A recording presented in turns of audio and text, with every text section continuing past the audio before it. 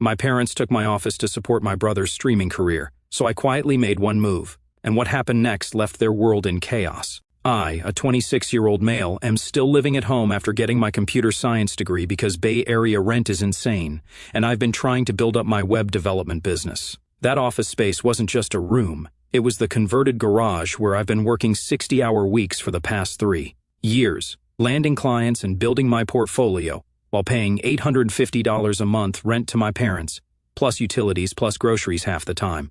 My brother Ethan, a 19-year-old male, sat across from me with his smug little smirk, the golden child extraordinaire. He failed out of community college twice, but somehow mom and dad still think the sun shines out of his ass. He wanted my workspace for his streaming career, which consists of him playing Valorant badly for an audience of maybe 12 people. Mom chimed in, not even looking up from her phone. Ethan needs the space for his equipment. His followers are really growing, and this could be his big break. Yeah, all 38 of them. Meanwhile, I just landed a $5,000 contract last month that helped pay for the new water heater when theirs crapped out during Christmas. Not that anyone bothered to say thanks. Dad added through a mouthful of fries, "Your brother needs privacy. The living room isn't cutting it. Privacy for the kid who hadn't contributed a single dollar to this household." Meanwhile, I've been the one reshingling the roof last summer, fixing mom's car when it broke down, and upgrading the home network when dad kept bitching about his Netflix buffering. I've dumped at least $9,000 into this place over the past year, and they act like I'm some random tenant they're doing a favor. Ethan kept grinning wider, like he'd won something. That's how it's always been, him taking, me giving since we were kids. He was the special one who needed extra help, extra attention, extra everything. When I made honor roll, they nodded. When he passed a class with a C-, they took him out for ice cream. I stabbed at my fries, ketchup splattering on the tablecloth. Mom frowned at the mess, but honestly, I was too pissed to care. The garage was my space, my sanctuary from their chaos, but clearly, I wasn't even entitled to that. Dad offered, "You can set up in the basement," like he was being generous. The basement, with its half-finished walls, concrete floor, and that persistent mildew smell, where the Wi-Fi barely reaches and the ceiling is so low I have to hunch, where they store all their crap. But I just nodded because what else could I do? I've spent my whole life being reasonable while they catered to Ethan's every whim. That night, I sat in my garage office, staring at the setup I'd built, the custom desk I'd made from reclaimed wood, the perfect cable management, the sound absorption panels I'd installed. 3 years of building my space, my business, and they were giving it to a teenager who couldn't even be bothered to wash his own dishes. Something inside me just snapped. I should probably back up and explain the Ethan situation because it's key to understanding why this desk thing hit me so hard. From day one, this kid has been treated like he's made of glass. When we were growing up, if I got a B+, Dad would ask why it wasn't an A. If Ethan got a C-, they'd celebrate like he'd won a Nobel Prize. He's just wired differently, Mom would say. He needs more support. Meanwhile, I was the responsible one who had his act together. Translation: the kid they didn't have to worry about, so they didn't. When I was 16, I saved for 6 months to buy my first laptop. Ethan got the newest iPhone for his 12th birthday because all his friends had one. I busted my ass for a scholarship to state. Ethan flunked out of community college, and they blamed his professors for not understanding his learning style, then paid for him to try again at a different school, which he also flunked out of. When I moved back home after graduation, the deal was I'd pay rent and stay until I got established. Reasonable. But somehow, I also became the in-house tech support, handyman, and emergency fund. Last year, the furnace died during the coldest week of January. Repair bill, $2,700. Guess whose savings paid for it? Not my parents, who both work decent jobs. Definitely not Ethan, who was between opportunities. Me, with the promise they'd pay me back soon. Still waiting on that. 3 months ago, Dad's car needed a new transmission. $1,800 from my client funds. Last summer, I spent 2 weeks replacing the deck that was rotting through, paid for the materials, did the labor, while Ethan played video games inside. When they had friends over to see the new deck, Dad joked, "Yeah, got it done for cheap," never mentioned I built the damn thing. Every time I try to bring this stuff up, Mom gets teary and Dad gets defensive. Family helps family, he'll say, but it only ever seems to go one direction. So yeah, the garage workspace meant a lot to me. It was the one place in this house that was mine, where I built something from nothing, and now they were handing it to Ethan because his streaming career might take off someday. That night I couldn't sleep, just lay there cataloging every time they'd chosen him over me, every time they'd taken from me to give to him, every time I'd swallowed my anger and played along. Not anymore. The next morning, I skipped the usual family breakfast. I couldn't stand to look at Ethan's smug face or listen to Mom talk about how they'd redecorate my workspace for him. Instead, I sat in my car in the driveway, scrolling apartment listings. I'd been saving for my own place, but the way Bay Area rent is, I figured I needed at least another year, but I'd live on ramen if I had to. I found a studio in Oakland, 500 square feet, dated kitchen, but it had a decent-sized alcove, perfect for my desk setup. $1,850 a month, which was actually below market for anything not actively on fire. The landlord wanted first, last, and security. $5,550 up front. I had $8,200 saved. It would be tight, but doable. I fired off an email with my credit score and income verification from my business. Got a response within an hour. Available now, can you come see it this afternoon? Hell yes, I could. The place was exactly as advertised. Small, slightly worn around the edges, but clean, big windows, no mildew smell, no. Ethan, no parents acting like every dollar I earned belonged to the family fund, which somehow always got spent on whatever Ethan wanted. I'll take it, I told the landlord.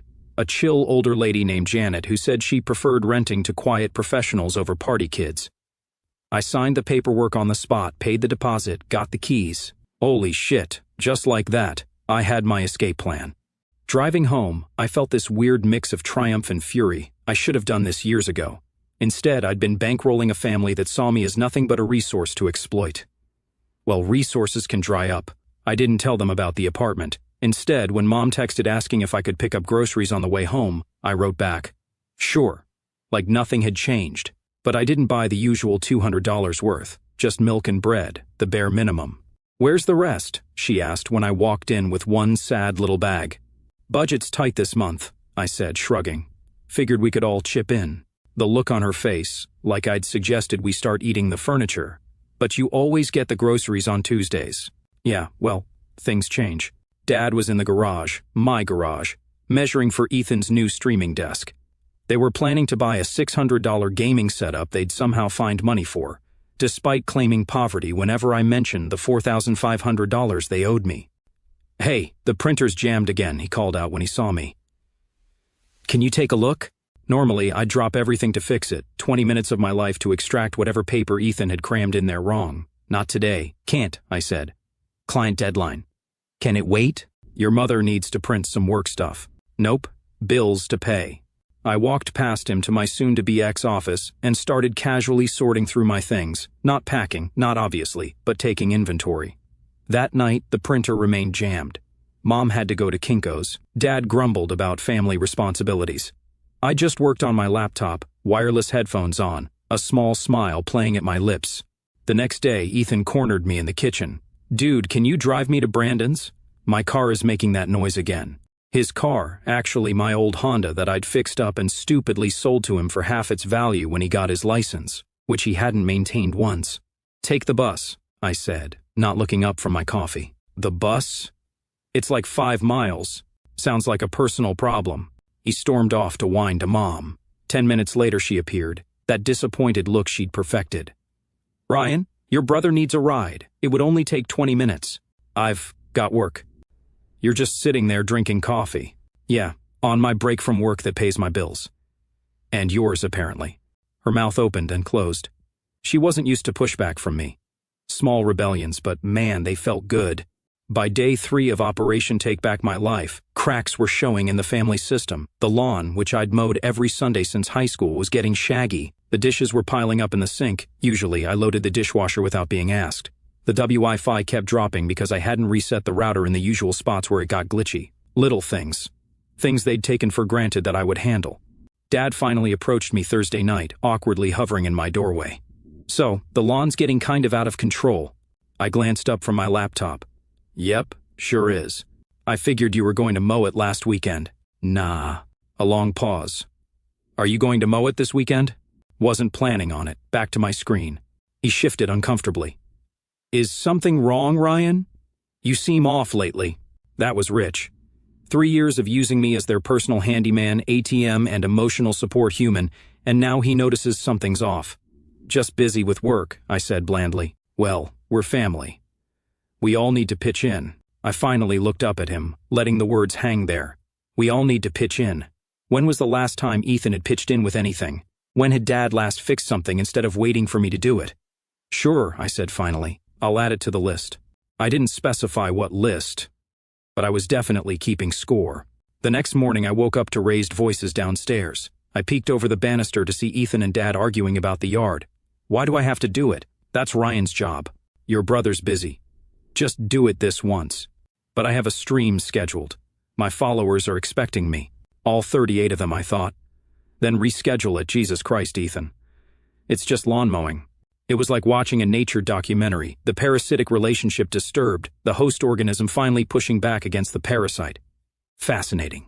I slipped back to my room, started packing another box. I'd been slowly moving my valuables out each day while they were busy arguing about chores.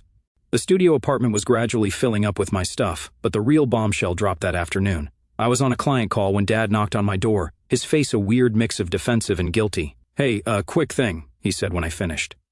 I sold your workbench. Guy's picking it up tomorrow. Got $300 for it. My custom workbench, the one I'd built from scratch with the perfect height for my ergonomic setup, the built-in cable management, the adjustable monitor arms. You sold my property without asking me? My voice was dangerously calm. Well, Ethan needs a proper streaming desk, and since you're moving to the basement anyway, so you just decided my stuff was yours to sell. He had the grace to look embarrassed. I figured you'd be fine with it. It's for your brother's career. His career, I repeated flatly. Right. Look, we'll split it with you. You can have $100, a third of the money for my bench that I built with my own hands and my own money. Keep it, I said, turning back to my computer. Consider it my investment in the Bank of Ethan. Seems to be the only place my money goes around here anyway. He left, confused but relieved I hadn't pushed back harder. As soon as the door closed, I booked a U-Haul for Saturday morning. By Friday, I'd moved about 70% of my belongings to the new apartment. Nothing obvious. TV still in place, bed still made but clothes, important documents, my good computing equipment, all quietly relocated while they went about their days. The family dynamic was deteriorating fast. Ethan had half-assed the lawn, leaving patches uncut and the edges looking like hell. Dad had attempted to fix the printer, only to break it worse. Mom was getting increasingly snippy about the state of the house. I moved through it all like a ghost, doing the bare minimum, making my own meals, cleaning only my own dishes. When the internet went down for the third time that week and Mom called out, "Ryan, the double Wi-Fi is acting up again," I just called back, "Try unplugging it." Small satisfactions. Friday night, Dad cornered me again. "Look, about your workbench. If you really want to keep it, I can call the guy back." Too little, too late. Don't bother. Ethan's pretty excited about setting up the garage. Maybe you could help him get everything arranged this weekend. You know, make it a brother thing. I almost laughed in his face. A brother thing after they'd taken my space, tried to sell my property, and treated me like the help for years. "I've got plans," I said. "What plans?" "My plans." I brushed past him, headed to my room to pack the last essentials. He followed me up, hovering anxiously. "Ryan, what's going on with you lately? Your mother's worried." Of course, not I'm worried, but your mother's worried. Classic dad deflection. "Nothing's going on," I said, carefully neutral. "Just establishing some boundaries." Boundaries? We're family. And there it was, the magic word that was supposed to excuse everything. Family. The get-out-of-jail-free card they played whenever they wanted something from me. Yes, I agreed. We are family. Which is why it's interesting that when Ethan wants something, it's, we need to support each other. But when I need something, it's, you're an adult, figure it out. Dad's face flushed. That's not fair. We've supported you plenty. Name one time in the last year you've helped me with anything. One time you've put my needs first. He opened his mouth, then closed it, then tried again. We let you live here, don't we? I pay rent. $850 a month, plus utilities, plus groceries half the time, plus every emergency repair in this house. I'm not living here, Dad. I'm subsidizing all of you. That's ridiculous. You're twisting things. Am I? How much have I spent fixing this place up in the last year? The furnace, the deck, your transmission, over $8,000. How much has Ethan contributed, ever? He didn't have an answer for that. And now you're taking my workspace, the one place in this house that's actually mine, and giving it to him, then selling my property without asking. So tell me again how this is a two-way street. Dad's expression cycled through anger, defensiveness, and finally uncomfortable realization. We didn't think... No, I cut him off. You didn't. I turned back to my closet, started pulling out the last of my clothes, not bothering to hide it now. What are you doing? Dad asked, his voice suddenly uncertain. Packing. For what? I stopped, looked him dead in the eye. I'm moving out tomorrow. The shock on his face would have been comical if it wasn't so pathetic. Moving out? Where? Why didn't you tell us? Signed a lease last week. And I'm telling you now. But the basement. We figured that I'd keep bankrolling this household while you guys kept taking? Yeah, that was the plan, wasn't it? He didn't deny it, which told me everything. Ryan, let's talk about this. Your mother will be upset. I'm sure she will be. The ATM is leaving. He left, shell-shocked, and I heard the murmur of urgent voices downstairs. I kept packing, methodical and calm. The storm was coming, and for once, I wasn't going to be the one cleaning up after it. Saturday morning, the U-Haul was parked conspicuously in the driveway, me carrying out the last of my boxes while the family watched in various states of distress. Mom was crying, of course, her go-to manipulation tactic. I don't understand why you're doing this. Why not talk to us first? Like you talked to me before deciding to take my workspace? I loaded another box, not breaking rhythm. That's different. Ethan always needs. Ethan always gets. I'm just finally taking myself out of the equation. Dad was alternating between anger and bargaining. This is childish, Ryan. Running away because you didn't get your way. Not running away, I corrected, hefting my computer tower into the truck. Moving on, there's a difference. Ethan was sulking on the porch, his future streaming career suddenly in jeopardy without me there to set up his equipment and troubleshoot his technical problems. What about my desk? He whined. Dad already sold yours. Yeah, sounds like a you problem, I replied, echoing his own favorite phrase back at him. Mom followed me back into the house, still sniffling. I just don't understand where this is coming from. We're family. I stopped, set down the box I was carrying, and faced her directly. Let me make it crystal clear then. I walked to the kitchen, grabbed a marker from the drawer and a piece of paper from the printer they still hadn't fixed. In large letters I wrote, Ryan's contributions last 12 months, rent paid, $10,200, utilities, approximately $1,800, groceries, approximately $4,800, furnace repair, $2,700, Dad's transmission, $1,800, deck rebuild, $1,100 plus 80 hours labor, regular home, maintenance, $2,400 approximately, tech support, countless hours, total, $24,800 plus. Ethan's contributions, 0. Attitude, priceless. I stuck it to the fridge with a magnet. That's where this is coming from. Mom stared at the list, her tears suddenly drying up. It hasn't been that much. Check my bank statements. I kept records. Dad had wandered in and was reading over her shoulder, his face draining of color. The furnace wasn't that expensive, he protested weakly.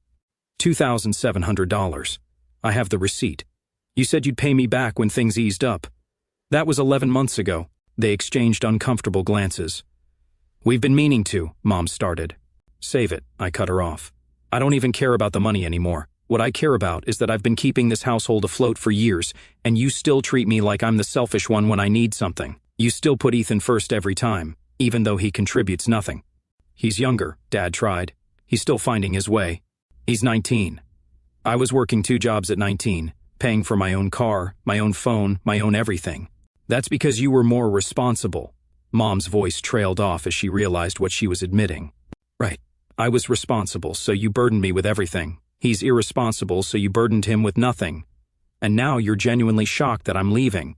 I picked up my box again. Ryan, wait, Dad said, his voice no longer angry but genuinely alarmed. Let's figure this out. We can make this right.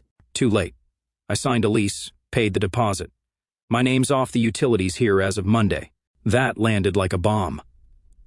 What do you mean your name's off the utilities? Mom asked. I mean, I've been paying the internet, the streaming services, and half the power bill. I called yesterday and had everything transferred or canceled. You've got about 48 hours to figure out new arrangements. Ethan appeared in the doorway, finally catching on that his comfortable life was about to change dramatically. You can't just leave, he protested. Who's going to fix the printer or the Wi-Fi when it goes down? I couldn't help but laugh. That's your first concern? Not how will we pay the bills, but who's going to fix your shit for free? I brushed past him, carried the box to the truck. Mom followed me out, now in full panic mode. Ryan, please. We didn't realize how much you were doing. We can work something out. Your father and I will pay you back. With what money? You guys live paycheck to paycheck. We'll figure it out. Please, just don't do this. I closed the U-Haul's rear door, locked it. I've already done it. I'm not asking for the money back. I'm not even asking for an apology, though that would have been nice.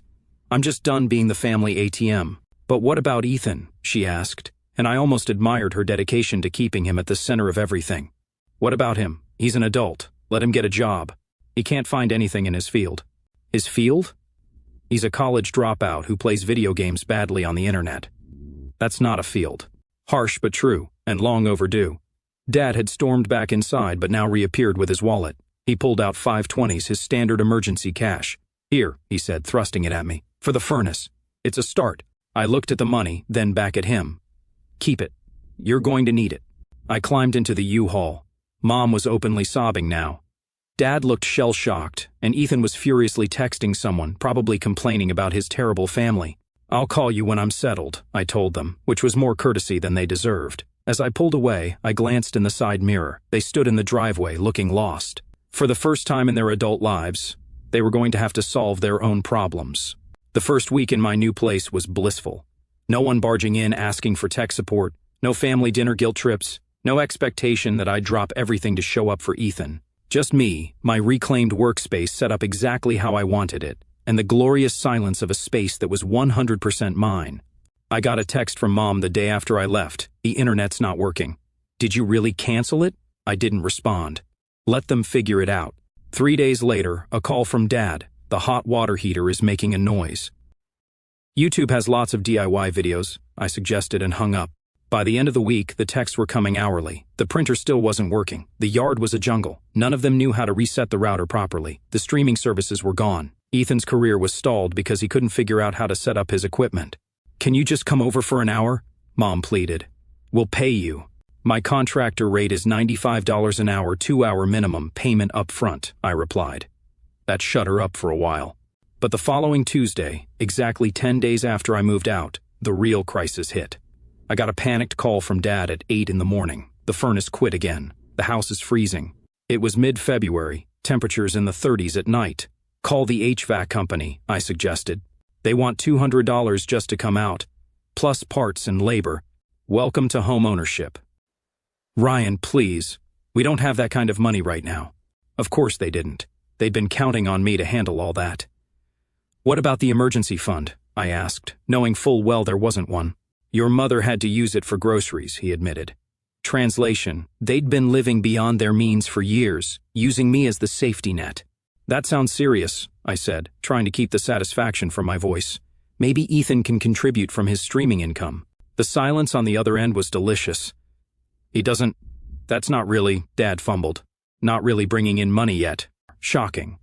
I let him stew for a moment, then sighed dramatically. Text me the exact error code on the furnace display. I'll see if it's something simple. It wasn't, of course. The igniter had failed. A $95 part plus labor, but I knew it wasn't something they could fix themselves without risking bigger problems. You've got 2 options, I told Dad after researching it. Pay the HVAC company, or replace the igniter yourself and risk damaging the control board, which would be another $600 repair. Can't you just come look at it? He almost begged. I'm in the middle of a client project with a deadline, I said, which was true. But tell you what, if you and Ethan want to come by tonight, I'll walk you through ordering the part and show you some YouTube tutorials on how to replace it. There was a long pause, Dad considering whether his pride was worth suffering in a cold house. What time? He finally asked. 7 p.m. And Dad, bring Ethan. He should learn this stuff if he's going to keep living there. That night, they both showed up at my door, looking uncomfortable. It was the first time they'd seen my new place. It's nice, Dad offered, looking around at my perfectly arranged studio. My desk, not the one they'd sold, but a new one I'd found on Craigslist and refinished, took pride of place by the window. Thanks. I didn't invite them to sit. Let's talk furnace. I pulled up the manual for their unit, showed them exactly which part they needed, where to order it, and how to install it. I don't think I can do this, Dad admitted, staring at the diagram. I definitely can't, Ethan added, not even bothering to hide his lack of interest. Then you'll need to call the HVAC company. Ryan, please. Dad tried one more time. We really don't have the money right now. Couldn't you just... No, I said firmly, I couldn't. But if you say family, I'm going to close this door right now, I warned him. Family goes both ways, and for years it's only gone one way with us. He swallowed whatever he was going to say. Look, I softened slightly. I'll make you a deal. I'll come fix the furnace this one time, but in exchange we're going to have a serious family meeting about finances and responsibilities. All cards on the table, and Ethan starts contributing. Real contributions, not promises. Dad looked relieved. Deal. Absolutely. Ethan frowned. What do you mean, contributing? I mean, you get a job. A real one, with a paycheck. You pay rent. You do chores without being nagged. You learn how to fix basic household stuff so it doesn't all fall on Dad now that I'm gone. But my streaming is a hobby, not a career. Not yet, anyway. You can stream on your days off, just like any other hobby. He looked like he wanted to argue, but Dad shot him a warning look. Fine, Ethan muttered. The next day, I went over and fixed their furnace. It took about an hour, start to finish. Then I called a family meeting at the kitchen table. I laid it all out, their actual expenses versus income, the reality of what it would cost to replace all the services I'd been providing for free, and a proposed budget going forward, including $250 per month rent from Ethan. That's not fair, he protested. I don't have any money. That's why you'll get a job, I explained, like I was talking to a toddler. McDonald's is hiring, so is Target, so is every warehouse in the area. Those aren't real jobs. They pay real money. Money you need. Mom looked teary again. Ryan, he's not like you. He struggles with what exactly? He's not disabled. He's not sick. He's a perfectly healthy 19-year-old who's been allowed to coast because it was easier than holding him accountable. Dad, surprisingly, backed me up. Your brother's right, Ethan. Things need to change around here. The look of betrayal on Ethan's face was priceless. He wasn't used to Dad taking anyone's side but his. This is bullshit, he declared, standing up. I'm not getting some lame-ass job just because Ryan decided to be a dick about money. Yes, you are, Dad said, his voice firmer than I'd heard it in years. Or you're finding somewhere else to live. Holy shit, actual parenting happening before my eyes. Ethan stormed out, slamming his door like the adult he definitely wasn't. He'll calm down, Mom said, but she sounded uncertain. And if he doesn't? I asked. Dad sighed heavily. Then he really will have to figure something else out. We can't keep going like this. I hadn't expected that. Maybe, just maybe, they were finally getting it. What about you? I asked. I meant what I said about all cards on the table. I've been subsidizing this household for years. That stops now. They looked at each other, then nodded slowly. We'll figure it out, Dad said. Get on a budget, maybe pick up some extra shifts. Good, I said, standing up. I'll check in next week to see how it's going. As I headed for the door, Mom called after me. Will you come for dinner sometimes? Not to fix things, just to visit? I paused. Maybe. Once you guys get your house in order, literally and figuratively. 3 weeks later, Ethan got a job at a warehouse, entry-level but decent pay. The look on his face the first time he had to hand over rent money to Dad was something I'll treasure forever. Dad dug out his old tools and started learning basic home repairs from YouTube. Mom set up a real budget and stuck to it. They even started paying me back for the furnace, small amounts but regular. And me, I'm killing it at my new place. Business is booming now that I don't have family drama eating up my mental bandwidth. I've got boundaries, I've got peace, I've got that satisfying feeling that comes from watching people finally face reality. I still go over for dinner occasionally, but now when something breaks, I don't automatically jump up to fix it. I watch as Dad and Ethan figure it out together. It took burning it all down to build something better, and I don't regret it for a second. It's been half a year since I moved out and forced my family to face reality, and the transformation is actually kind of shocking. Last weekend, I stopped by for the monthly family dinner we've established, on my terms, where I'm a guest, not the household ATM or repairman. The lawn was actually mowed, the kitchen sink wasn't piled with dishes, and most surprisingly, Ethan wasn't glued to his gaming setup. Turns out the golden child learned some harsh lessons these past months. His streaming career hit a wall fast once he had to balance it with his warehouse job. No more 12-hour gaming marathons when you've got an 8-hour shift moving boxes. He bitched about it constantly at first, according to Mom, but something unexpected happened. He got promoted to shift lead last week, Dad told me proudly over pot roast, the youngest one they've ever had in that position. Ethan actually looked embarrassed by the praise, which was new. It's not a big deal, he said. Just means more responsibility for barely more money. Welcome to adulthood, I said. But without the bite I would have had before. The real shocker came after dinner when the dishwasher made a weird grinding noise mid-cycle. Dad muttered, then, instead of looking at me expectantly, turned to Ethan. "Can you take a look at that tomorrow?" Probably just something caught in the filter. And Ethan just nodded, like this was normal, like he'd been handling household maintenance all along. "He's gotten pretty good with basic repairs," Mom explained, seeing my surprised face. "After you left and the toilet broke for the 3rd time, he finally took initiative. YouTube tutorials." Ethan shrugged. "Same ones you used to watch." I almost fell out of my chair. Later, Dad walked me out to my car and awkwardly handed me an envelope. Inside was $500 cash. "It's not everything we owe you," he said quickly, "but we've been putting aside a little each month. Figured we'd start making real payments, not just token ones." I was genuinely speechless. For years, money had only flowed one direction in this family, from my pocket to theirs. This reversal felt alien. "Thanks," I finally managed. "I appreciate it." "We should have done better by you," Dad said, staring at his shoes. "I didn't realize how much we were taking advantage until you weren't there to take advantage of anymore. It's not an excuse, but I'm sorry." Again, words I never thought I'd hear. "Ethan's different too," he continued. "Having real responsibilities, earning his own money, it's been good for him. Made him grow up. Better late than never," I said, but without rancor. "Yeah." Dad hesitated, then asked, "You doing okay? Place working out?" "Better than okay," I told him truthfully. "Business has doubled since I moved. Turns out, not having my resources drained constantly lets me focus on actually building something." He winced slightly but nodded. "You deserved better from us." As I drove home, I realized something had shifted fundamentally.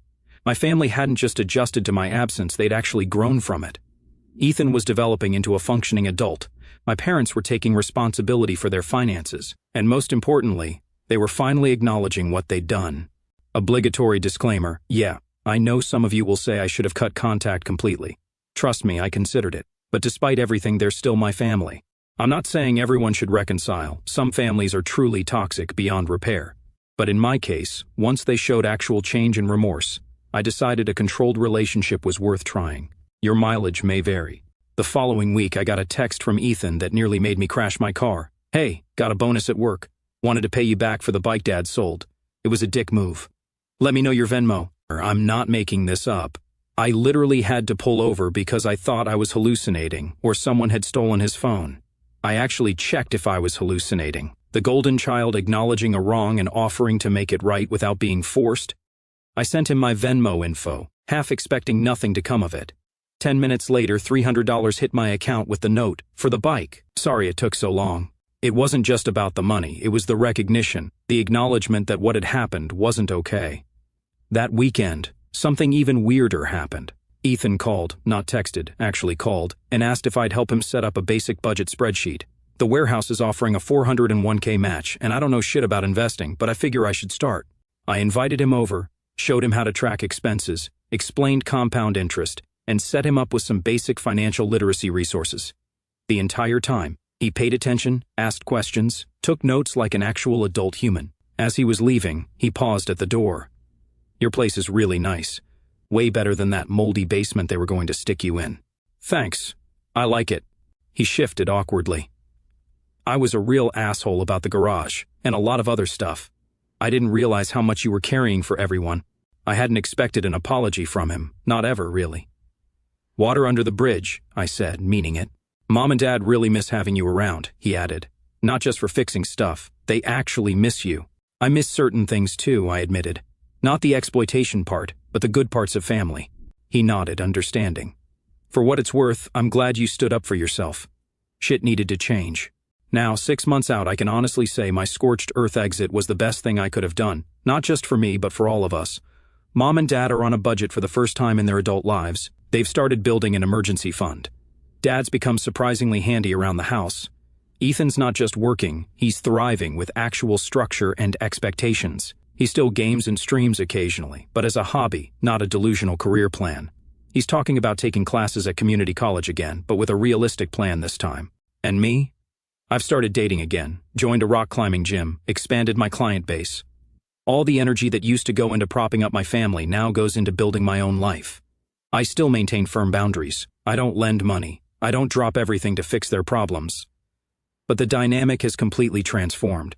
We're slowly rebuilding a relationship based on mutual respect rather than exploitation. It's still a work in progress, but for the first time it feels like progress is actually happening. Sometimes the kindest thing you can do for people is to stop enabling their worst behaviors. It's messy and painful, but if they're capable of growth at all, they might just thank you for it eventually. My family did, and I never saw that plot twist coming.